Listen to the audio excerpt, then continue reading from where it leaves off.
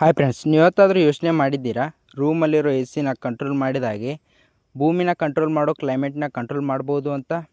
ಆದರೆ ವಿಜ್ಞಾನಿಗಳು ಆಲ್ರೆಡಿ ಇದ್ರ ಮೇಲೆ ರಿಸರ್ಚ್ನ ಸ್ಟಾರ್ಟ್ ಮಾಡಿದ್ದಾರೆ. ಇದಕ್ಕೆ ಇವರು ಜಿಯೋ ಇಂಜಿನಿಯರಿಂಗ್ ಅಂತ ಕರೀತಾರೆ.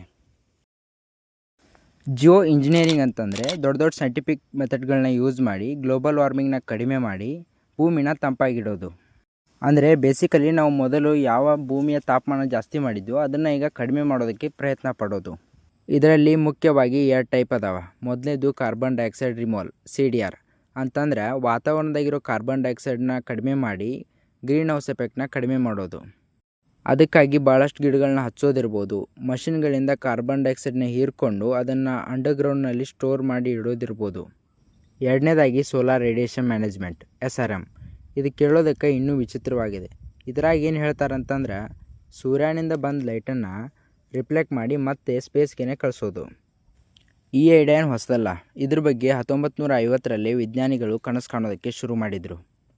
ಇದಕ್ಕೆ ಮುಂದೆ ನೊಬೆಲ್ ಪ್ರೈಸ್ ವಿನ್ನರ್ ಆದಂಥ ಪೌಲ್ ಕ್ರುಟ್ಸನ್ ಅವರು ಜೀವ ತುಂಬಿದರು. ಇವರು ಸಲ್ಫರ್ ಪಾರ್ಟಿಕಲ್ಸ್ನ ಏರ್ನಲ್ಲಿ ಹಾಕಿದ್ರೆ ಅದು ಭೂಮಿನ ಕೂಲಾಗಿ ಇಡುತ್ತೆ ಅಂತ ಹೇಳಿದರು. ಆದರೆ ನಿಮಗೆ ಗೊತ್ತಿರಲಿ, ಜಿಯೋ ಇಂಜಿನಿಯರಿಂಗ್ ಕಾನ್ಸೆಪ್ಟ್ ಇನ್ನೂ ಒಂದು ಸ್ಟಡಿಯಾಗಿ ಉಳ್ಕೊಂಡಿದೆ. ಇದನ್ನು ಇನ್ನೂ ಯಾರೂ ಪ್ರಾಪರಾಗಿ ಯೂಸ್ ಮಾಡಿಲ್ಲ. ಆದರೆ ಇದಕ್ಕೆ UK ಅಂತ ರಾಷ್ಟ್ರಗಳು ಫಂಡಿಂಗನ್ನು ಮಾಡ್ತಿದ್ದಾವೆ. ಇದುವರೆಗೆ ನಾವು ಇದ್ರ ಒಳ್ಳೆ ಸೈಡ್ ಮಾತ್ರ ನೋಡಿದ್ವಿ. ಇದರ ಕೆಟ್ಟ ಸೈಡ್ ನೋಡೋದಾದರೆ ಈ ಕ್ಲೈಮೇಟ್ ಚೇಂಜ್ ಕಾರಣದಿಂದ ರೈನ್ಫಾಲ್ ಕಡಿಮೆ ಆಗ್ಬೋದು. ಒಂದು ಕಂಟ್ರಿ ಇದನ್ನು ಮಾಡೋದ್ರಿಂದ ಇದು ಇನ್ನೊಂದು ಕಂಟ್ರಿಗೆ ತೊಂದರೆ ಆಗ್ಬೋದು. ಇದಕ್ಕಿಂತ ದೊಡ್ಡ ಪ್ರಾಬ್ಲಮ್ ಏನಂತಂದರೆ ಈ ಕ್ಲೈಮೇಟ್ ಕಂಟ್ರೋಲ್ನ ಯಾರು ಮಾಡ್ತಾರೆ? ಕ್ಲೈಮೇಟ್ ಜೊತೆ ಆಟ ಆಡೋದು ಅಷ್ಟು ಸುಲಭವಲ್ಲ. ಇದು ನಮ್ಮನ್ನು ಸೇವ್ ಮಾಡ್ಬೋದು, ಆದರೆ ಇದ್ರ ಜೊತೆಗೆ ತುಂಬ ಪ್ರಾಬ್ಲಮ್ಗಳನ್ನು ಕ್ರಿಯೇಟ್ ಕೂಡ ಆಗ್ಬೋದು.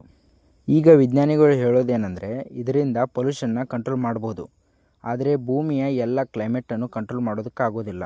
ಇದ್ರ ಬಗ್ಗೆ ನೀವೇನು ಯೋಚನೆ ಮಾಡ್ತೀರಾ? ಮನುಷ್ಯರು ಕ್ಲೈಮೇಟ್ನ ಕಂಟ್ರೋಲ್ ಮಾಡೋದು ಒಳ್ಳೆಯದಾ ಕೆಟ್ಟದ್ದಾ? ಕಮೆಂಟ್ ಮಾಡಿ. ಈ ಥರದ ಇನ್ನಷ್ಟು ವಿಡಿಯೋಗಳಿಗಾಗಿ ಸಬ್ಸ್ಕ್ರೈಬ್ ಮಾಡಿ.